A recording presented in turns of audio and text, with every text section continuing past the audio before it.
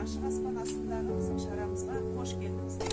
Жетісу облысы Панфилов ауданы Айдарлы ауылының тумасы, Жетісу жерін жырға бөлеп, еліне асқақ жыр ұсынып келе жатқан қазақтың аялы ақын қызы Қасенова Гүлбақыт Тоқтамқызы поэзиясындағы нәзік мерейлі елесіп мен қазақтың құндылықтарды ұштастыра жырлаған терең дүние танымның көрінісі. Оның шығармалары тек жеке сезім мен ой ағымдарының поэтикалық жырлары, қазақтың салт дәстүрі, ұлттық дүние танымы жиі көрініс табады.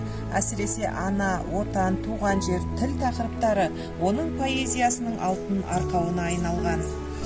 Ақын шығармалған жерім, алтын бесік айдарлым, күннен ыстық, ажарлысың айдарлым, түлек ұшып кетсем дағы құсым боп, тілекшің боп, кіндік күнмен байландым.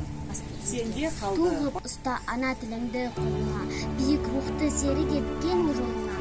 Қазақ болып туғаныңды ұмытпа, туған жерге өз ұлтыңды ұл.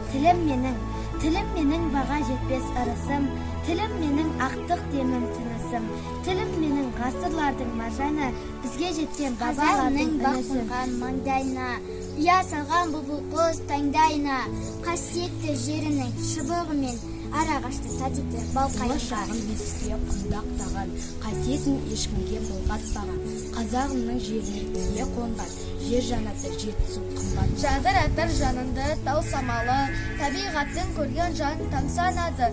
Бір баласы Алаштың өлең жазып, бір баласы қазақтың ән салады.